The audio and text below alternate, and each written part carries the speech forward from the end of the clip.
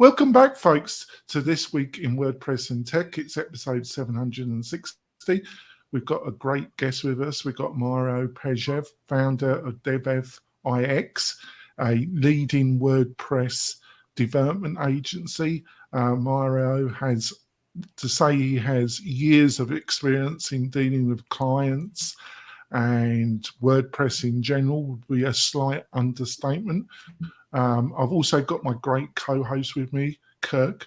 We're going to be discussing everything to do with running an agency, what Mario's thoughts around Gutenberg and full site editing, ChatGBT, AI, we've got how that will revolutionize WordPress, if he thinks it will, and how to make a number of other questions. It should be a great discussion.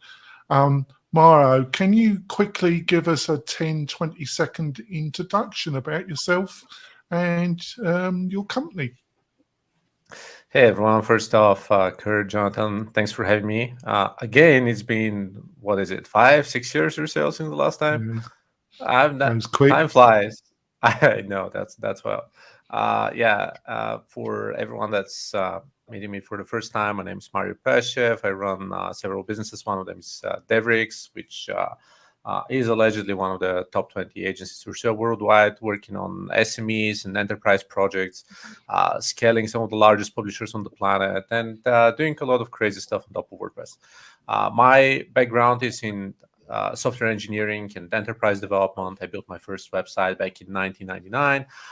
And ever since, I've been trying to make the web a better place and make my life slightly more interesting as time goes by. That's great. And I've got my great co-host with me, Kurt. Kurt, would you like to quickly introduce yourself to the new listeners and viewers? Yeah, perfect, Jonathan. My name is Kurt Von Onen. I own a small agency called Mañana No Mas, and I work with WP-Tonic on some projects. That's great. And before we go into the main meat and potatoes of this great interview, we've got a couple messages from our major sponsors. We will be back in a few moments, folks.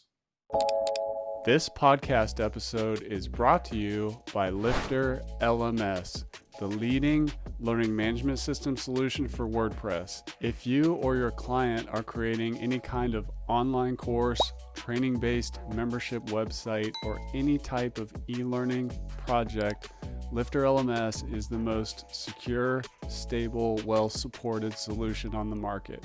Go to lifterlms.com and save 20% at checkout with coupon code podcast20. That's podcast20. Enjoy the rest of your show. Back. I just want to point out that we got some great special deals from our sponsors. Plus, we got a curated list of the best WordPress plugins and solutions, so you don't have to troll the internet and spend hours trying to find the best solution for a specific category or job. To find all these goodies, all you have to do is go over to WP-Tonic/deals, WP-Tonic/deals, and you find all the goodies there. So let's go straight into it, Mario. Obviously, getting new customers, getting appropriate leads is a very important part of a digital agency. It's really sales are the life and blood of any business. So in the past year, 18 months, have you seen any changes in the way that your own digital agency does outreach, manages to get new clientele? Basically, have you noticed any trends, or do you think the fundamentals are really just the same as they've been for the past 6-7 years? I definitely don't think that anything has changed significantly over the past few years, especially over the past year or two. What really works for us is 4 different channels.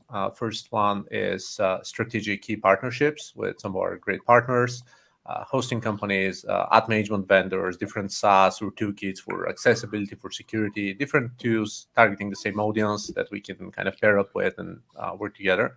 That's kind of channel number 1. Number 2 is referrals and recommendations from our great clients.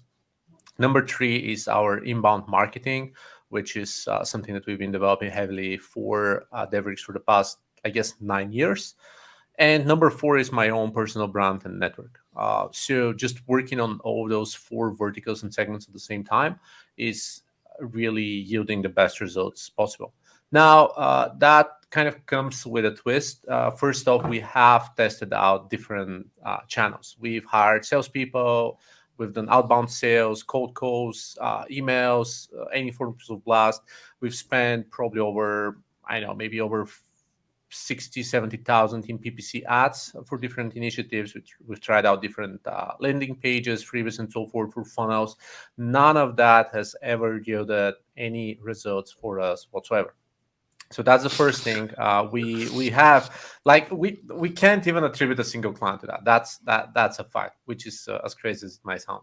But so that's the first thing. We've tried out different things; they just don't work for us. And the second thing is that we are slightly higher, kind of upper tier type of business. For instance, our maintenance plans start at $1,200 and so forth. So we're definitely, it's definitely not a race to the bottom type of business that we can compete by price.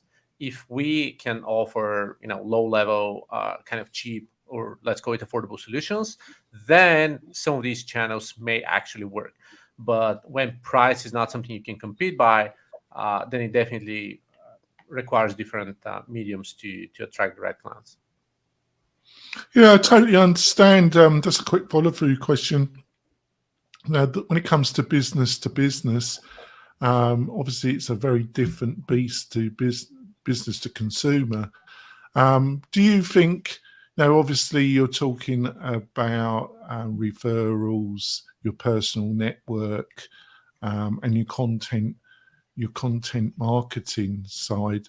But do you think, I listen, and he's a friend of mine, Rob Rowling of Startups for the Rest of Us, he talks about, when it comes to the business to business, the outreach, which you say hasn't really worked out for you. Do you think, have you analysed that? Do you think you've really pursued it enough, or do you, you seem a very competent and rational individual.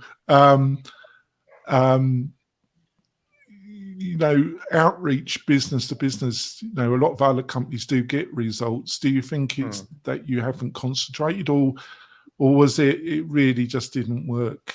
And have you got any thoughts why it hasn't worked? Yeah, totally. So first off, I'm not discarding any type of initiative whatsoever, right? It's important to state that, right?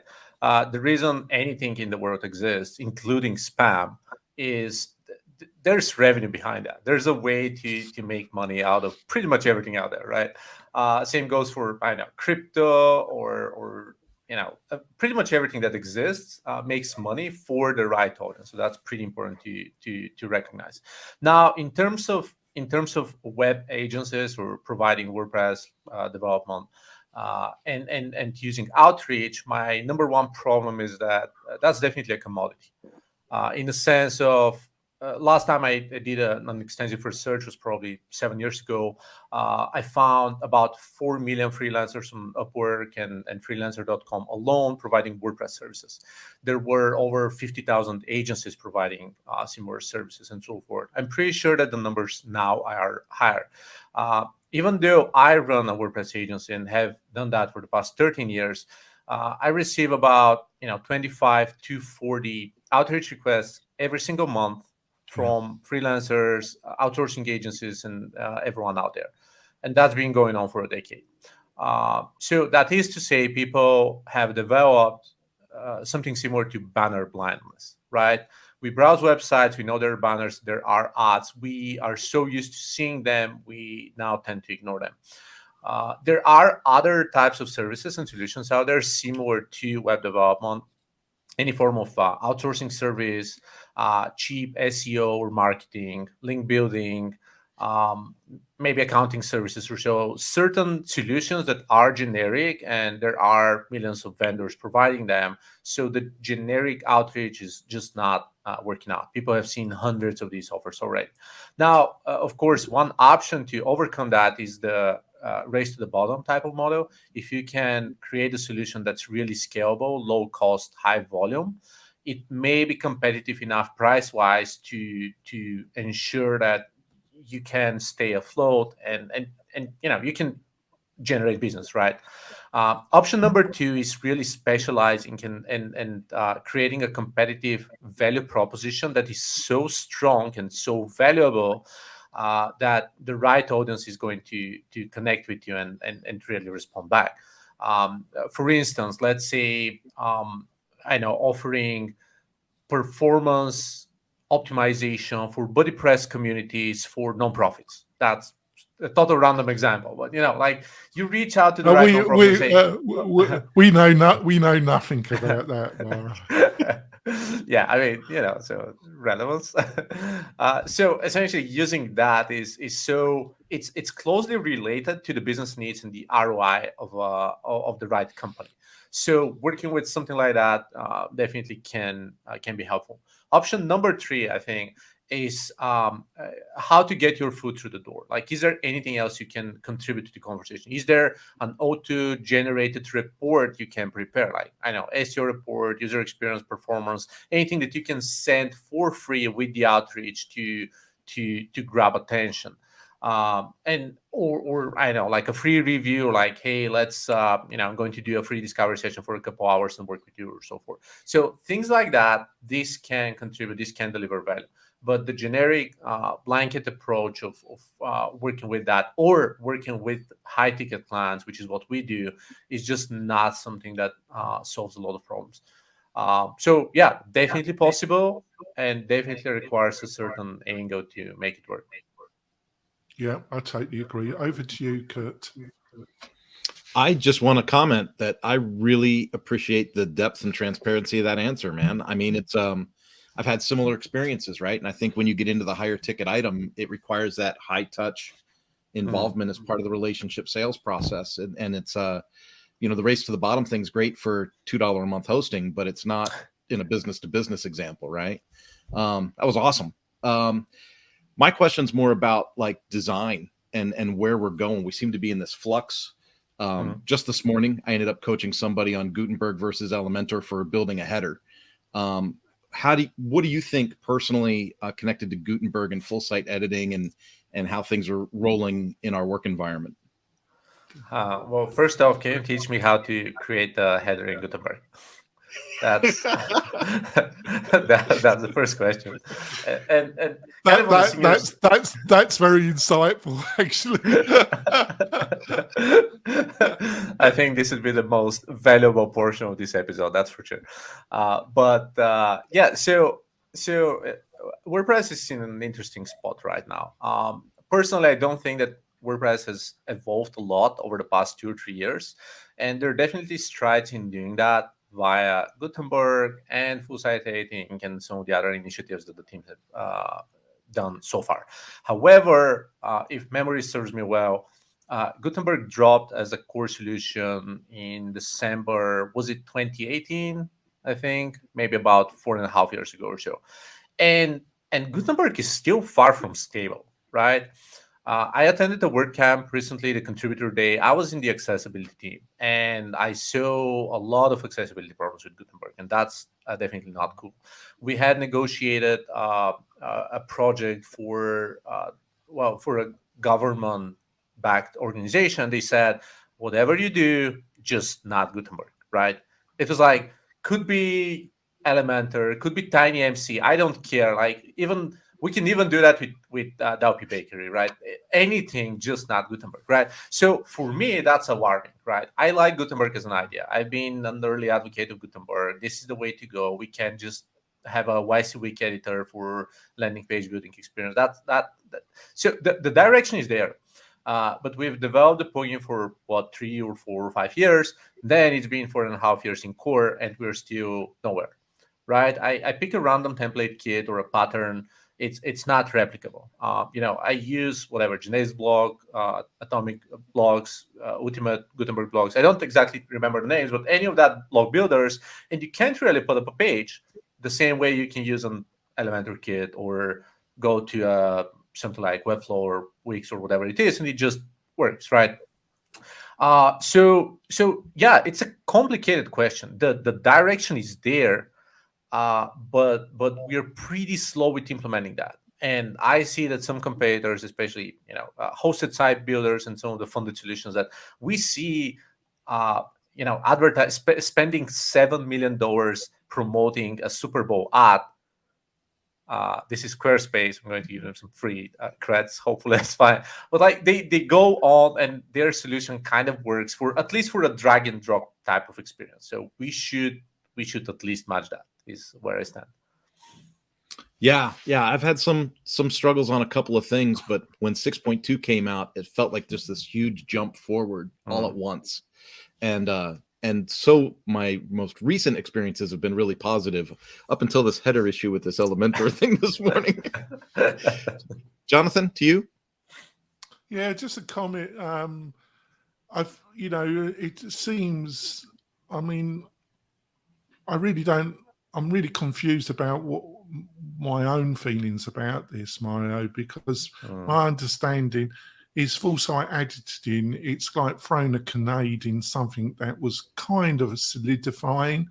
But on the other hand, I've been told that building themes, building block libraries, customization in what full site editing represents, there are enormous benefits around being able to build themes, exchanging blocks.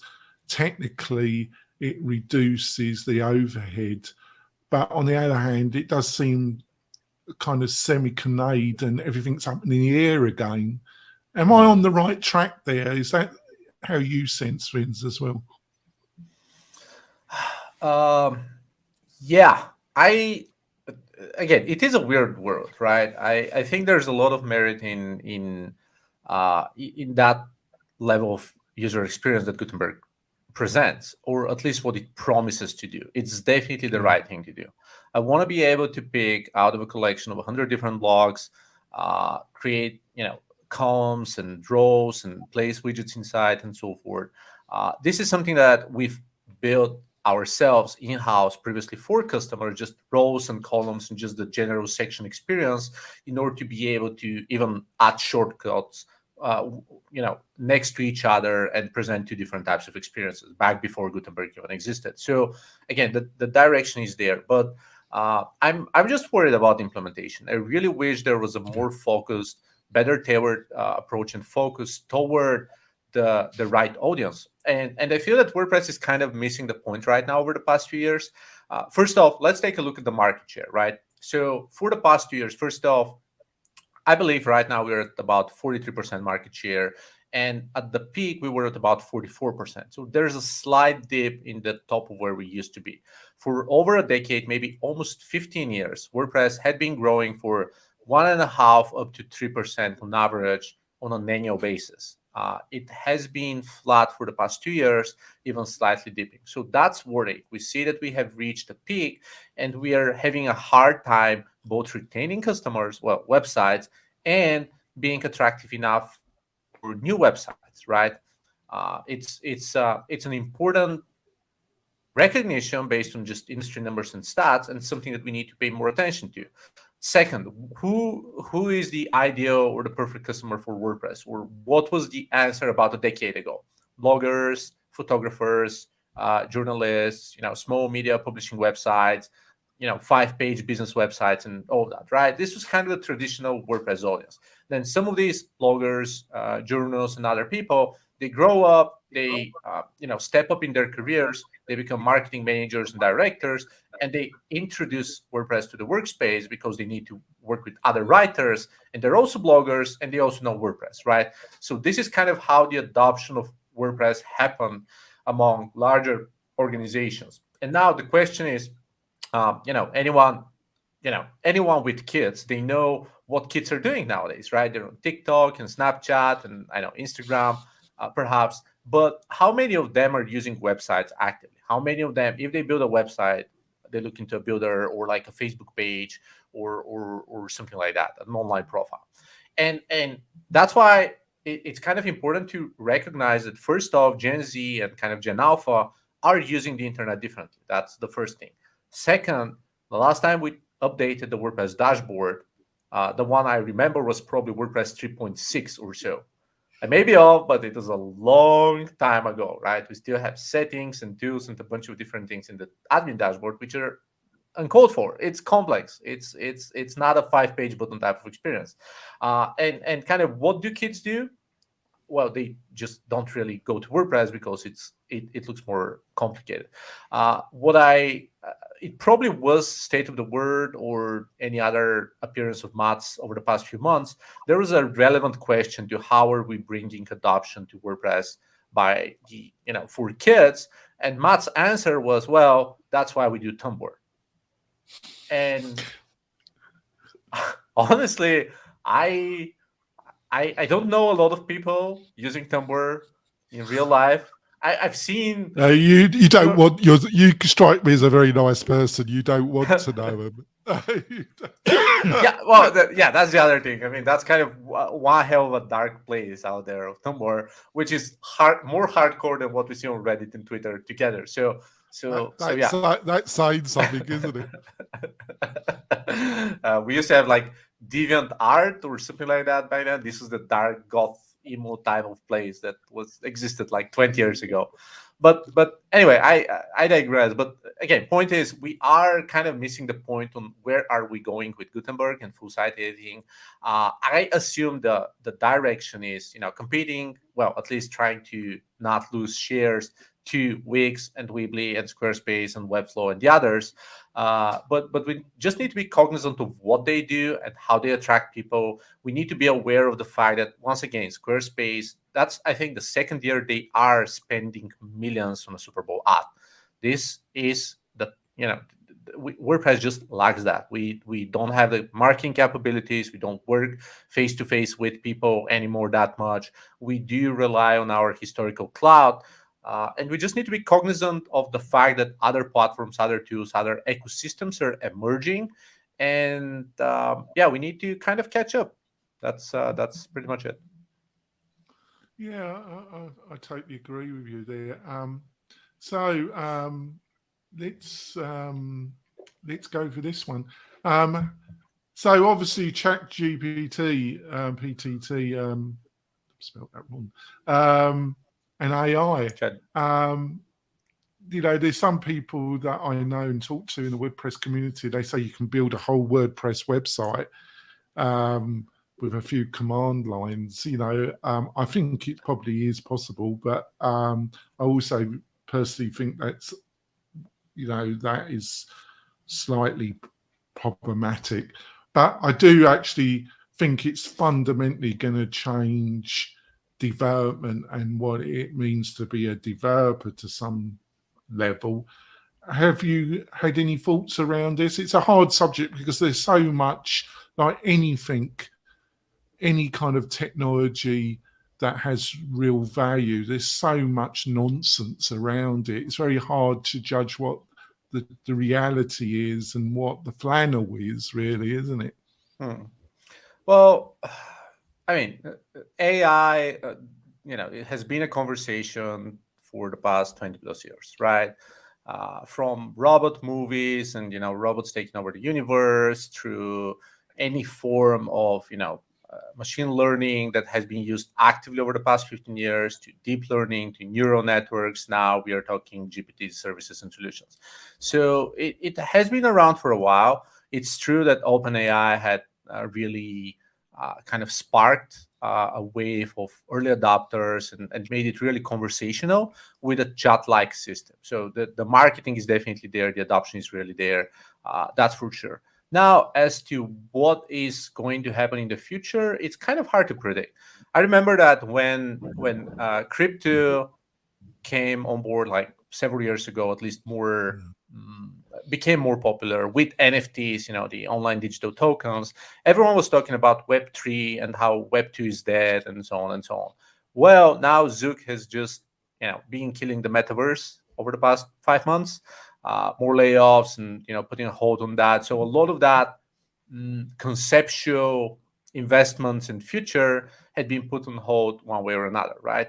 So what I'm saying is many of these initiatives become trendy for a year or two, but then they become a normality or don't really become a big deal. That's kind of one side of the puzzle. Second, I don't think that AI is necessarily going to kill jobs. But think about, there have been so many jobs over the past 2 millennials that are already lost. From blacksmiths that we just never hear of unless it's a movie of The Witcher or something like that.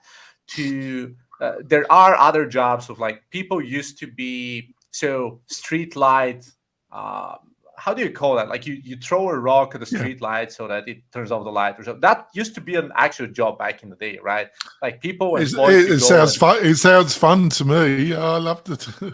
It is, right. But there had been similar jobs, or the street caller or so. It's kind of the morning alarm, a person just shouting out of the street because we didn't have alarm clocks, right? So what I'm saying is a lot of that innovation has already been in-house, right? Amazon, they already have stores with no store workers. That's something that's a reality and has been for the past several years. And I can keep rambling on and on different kind of innovation technologies. Computers, the early version of computers had replaced manual work or typists. Radio has replaced anything else. Like smartphones had replaced the other people, plugging different pins into a host to make a manual connection between one line and the other. A lot of jobs had been replaced by technology already. So ChatGPT or OpenAI or any of the other GPTs will potentially make some of the generic jobs obsolete. But when it comes to quality, there will always be demand for high quality workers. And even on WordPress, if you really zoom out just a little bit, WordPress had killed tons of developer jobs, right? People building static websites, people building CMS from scratch. WordPress had done that. So now we just take it on another extra step and see, hey, what can we do with WordPress and ChatGPT by default and commoditize it so that the remaining developers need to build on top of that, unless they want to disappear. Yeah, I thought that was a fantastic summary, Mario. Excellent. Thank you. We're going to go for our break, folks. We've got some other fantastic questions. I think it's been a fantastic interview so far. We will be back in a few moments, folks. We're coming back. We've had a great discussion with Mario Peshev. You have to come back a bit quicker than last time because I think it's been an excellent discussion. I just want to point out, if you're looking for a great partner to host your Buddy Boss, your learning management system, you need a better hosting partner than average hosting if you're building a site for a client, or you're looking for advice. You need functionality to Buddy Boss or LearnDash or Lifter. You're just looking for a quality hosting partner. Why don't you look at WP-Tonic and go over to WP-Tonic/partners. We've got some great plans for developers, for WordPress people. We're embedded in the community. Why don't you partner with us? So over to you, Kurt. Well, it's almost like Mario's answers kind of led to this question. It's you talked about how people use the internet. You mentioned mobile a few times. And we talked about AI just a touch. How do you think the ability to turn a WordPress site into an iOS or an Android app or a tablet-friendly app, or do you think that that's going to be... So how important is that? One, I guess it's a two-level question. How important is that? And do you think AI is going to make that more of a possibility moving forward? Mixed feelings here. How often do you download an app nowadays? And well, you're asking me, and that's a loaded question because I do a factory data reset every 3 months and take everything out of my phone. Wow. But you're setting up the same apps, right? I mean, it's not like you say, hey, let's just install a random, well, or maybe you do, I don't know. But most people, they have a couple dozen apps and maybe a few more, like, I don't know, Flashlight or something like that they do themselves. But we've had lots of, and again, the main line of business that DevriX operates at is WordPress retainers. So 95% of our business is recurring relationships. Some of them are 8 years old, so pretty stable kind of partnerships. So we've explored a lot of opportunities for many of our clients, including some of the largest publishers, both like viral ones and national ones in different countries. And the truth is, mobile apps are not what they used to be back in the day, at least for, let's say, publishing or interacting with other people, right? So for most people, I've read lots of research on that, again, because we've had that conversation previously, is most people do install a mobile app if they have a really personalized, unique, engaging experience, and ideally if they use mobile mm, kind of motion detectors, camera, GPS, kind of location trackers that work better in a native mobile experience compared to a WebView app, right? These are the two reasons. Like, people read a lot of websites, they don't download an app for every single website. People participate in communities, but most of them still use like Discord or Slack or so. In most cases, even if they're attached to a community, right? Even if they have a BuddyPress community, they don't actively engage that much unless you have a superior experience presented with something. People shop in different places, but they don't necessarily install a unique app for every single store unless it provides, I don't know, 10% discount or anything else. So what I'm saying is, mobile apps are important, but it's really hard. It takes some extra effort and attention to provide the right value proposition to incentivize people to install a mobile app. So that's kind of important to know. One option for that, of course, is you may have a community, of course, or a publishing website, and say, hey, like the mobile app runs every single morning, pulls up the feed over the past 24 hours or the past week. So you have it offline.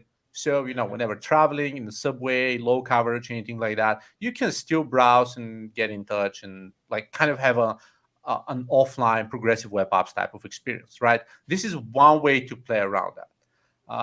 But lots of businesses are having a hard time just defining and creating that value prop to justify a mobile app. And then even if you do, AI is probably going to be slightly beneficial to that, but not so much. Even now, you have PhoneGap, or you have a bunch of different frameworks where you can create a hybrid app or a progressive web app and kind of turn a WordPress experience into a different app. And on the WordPress front, there are also 2 or 3 other solutions that kind of make that happen. Perfect. Jonathan, off to you, sir. Yeah, I think I introduced that question because of the my own focus. Obviously, we help a lot of people with learning management systems and BuddyBoss communities, and obviously, I think what BuddyBoss has done with their own app is quite interesting. Obviously, they keep the website; it's a paid theme plugin, but then they added this additional revenue stream by offering the app, and obviously, they're in a deadly competitive competition with mighty networks and what Kajabi is trying to do as well. So they're in a head. So are we, because I think you had some great insights there, because a lot of people they get a bit hung up about having an app. They don't understand if anybody's going to use it. It's like putting your website on steroids, isn't it? You're going to really have to crank out the content and the engagement to make the app worthwhile the effort, and they just don't realize that, do they? Well, I guess the thing is, so conceptually speaking, creating a bespoke app for a website every single time, I don't think this has a lot of value, right? But creating a mobile app experience for WordPress, as in, the ultimate app where you can hook up several WordPress websites or connect to several BuddyBoss communities, that's a different story, because you can build default features for every site running the Buddy Boss theme, right? And then you can say, okay, you can have a combined consolidated list of members, and then you can have direct messages with these members, right? And you can connect to different communities in a similar fashion as you can do with Slack or Discord, right?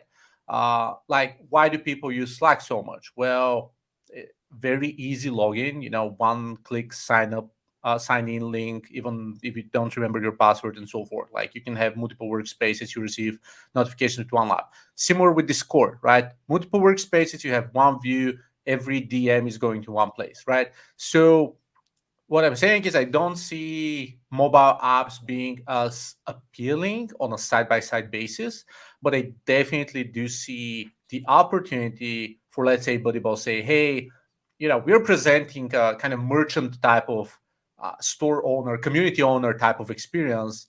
This is how you can tap to our own app. It's free for your users, and then your users can communicate with a pretty native experience with us and any other Buddy Boss community, right? Now that's a value proposition. And I think that one of the key reasons why hosted systems, I mentioned Webflow, so same goes for, let's say, Shopify and the e-commerce front, or some of the other kind of community experiences like, I know, Circle or Kitchen or whatever. One of the key things they do better is that integration. And what we really need to do is just make sure we can integrate better, present a more seamless experience, better user experience, and best case scenario, just pair up with other communities, with other teams, and make sure we can kind of split the efforts and share the cost of building that experience together so that everyone benefits at the end of the day. I think that was fantastic insight, and I totally agree with you. I'm going to throw it over again to Kurt so you can answer the next question as well. Over to you, Kurt. If you were Michael J. Fox in the Back to the Future movie and went back to the beginning of your career, if you could go back in time, what advice would you give yourself, Mario? So, first off, I'm a very ungrateful person in general, and I'm very ambitious and asking for a lot in life. But I gotta admit, I've been fairly fortunate to be born in the right time and have access to internet and tech in early age and that kind of stuff. So I, giving credit to what it's worth, that's definitely been great. If there's, from a business standpoint, if there's one thing I would have done better early on, it's definitely focusing on recurring revenue. That's my life completely shifted once we shifted to recurring revenue, and namely the retainers in our case. The entire agency, Feast and Famine, kind of, hey, let's close 6 projects and have no idea whatsoever how to build them. And then, hey, winter is coming. It's been, next 2 months, no sales calls whatsoever. Everyone's on vacation, or summer or anything like that. This is a horrible way. That's been very stressful for me. The moment we switched to retainers and kind of higher tier maintenance plans, this just gave me the clarity of being able to focus, to breathe, and say, okay, so let's think about retention. Let's spend the time to help and grow our customers, make them more successful, and eventually grow with them as well. For context, right now, unless it's a really rough recession or so, but we generally need to close, let's say, about 4 customers a year. Right now, it may be 6 or so, but we're not talking about, hey, I need to sign 50 different clients this year or so, right? It's only 4 or 6 or so. It's so easy to just close. Well, I'm over-exaggerating, but closing 1 customer a quarter does not have the same connotation, level of effort, attention, or so, compared to, hey, we need a constant pipeline of multiple sites in parallel for a few weeks or a couple months, and then make sure we close the other deals and spread them out so that they don't overlap and everything like that. So that's why recurring revenue has been so strategic. So all of my other businesses and initiatives and everything else that I do is like, this is probably the first rule. We need to be recurring revenue. It's either a SaaS or any form of subscription or a community or anything that brings recurring revenue, whatever it is. This is just my first rule of thumb. Nice. Nice. Jonathan, over to you. Yeah, I totally. We're on the same wavelength. It's been uncanny, this interview, because you seem to be reading my mind on almost every reply to the questions. Actually, it's been a very it's been uncanny experience. Actually, this interview, actually, Mario.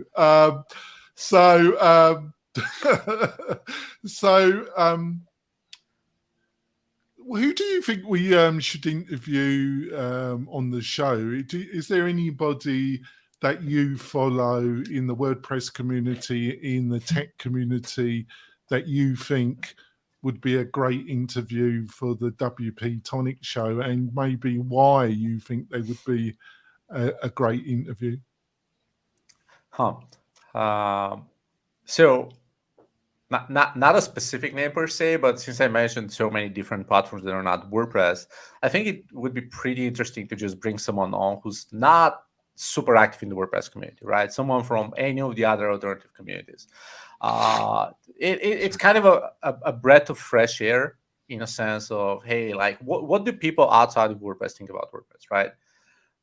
Try to get an idea of like why does WordPress seem as foreign or as different from everything else that we've seen, or like how are other communities doing. So just getting a perspective from outside of our bubble would probably be interesting.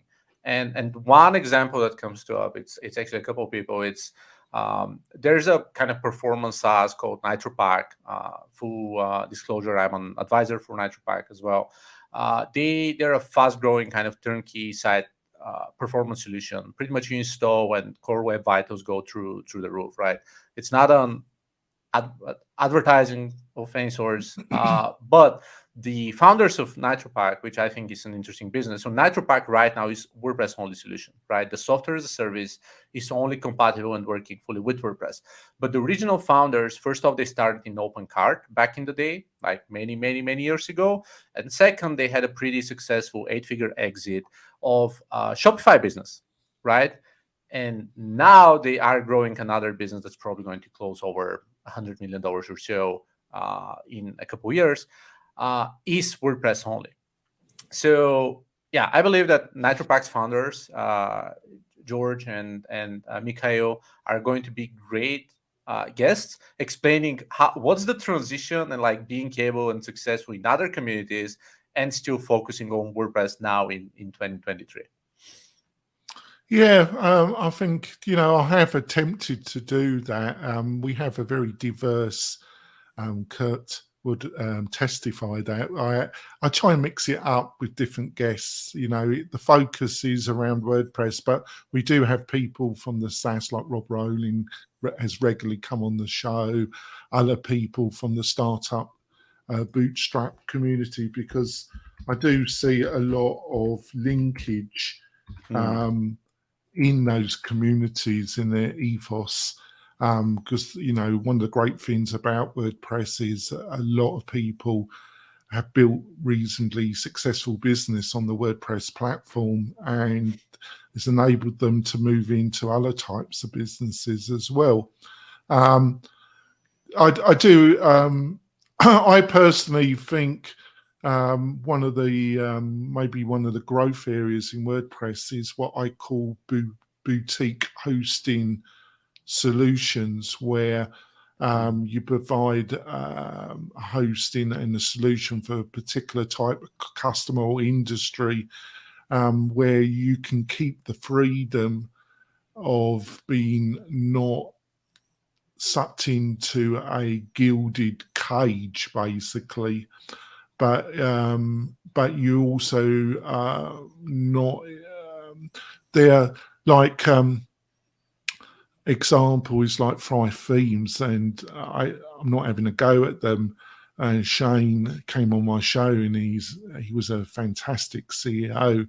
But one of my problems with Fry Themes was that they were building a kind of enclosed garden. You still had to go through the loops of hosting and getting the other plugins to work, but you were also in a kind of enclosed garden. So I don't see that as a fantastically attractive proposition. But on the other hand, I think if we want WordPress to move on, we really got to make the experience a lot more easier. It can never be as easy as a truly focused SaaS solution. But on the other hand, I think a lot of people in the SaaS community are very good at their propaganda, because it does depend on the experience of the user entering a SaaS platform, if they're going to find it easy or not. Example in my own world, Mario, is Kajabi. They are very good at saying we provide a total turnkey solution. That is not the reality. Yeah. Because the reality, it depends on your prior knowledge level. I don't actually think there is a few more loops to jump through WordPress, but the two aren't that far off. But that's my own opinion. I've waffled on enough, Mario. So, Mario, if people want to find out more about you and what you're up to, what is the best way to do that, Mario? Yeah, sure. So I'm pretty active on both Twitter and LinkedIn. My LinkedIn, just look up Mario Peshev. Twitter is, well, handle is weird, but no_fear_inc. Back from my early gaming days, so no fear inc with underscores. But yeah, I'm pretty active on both platforms, spending a lot of time catching up with both WordPress-driven clients, partners, vendors, and also outside of the WordPress community.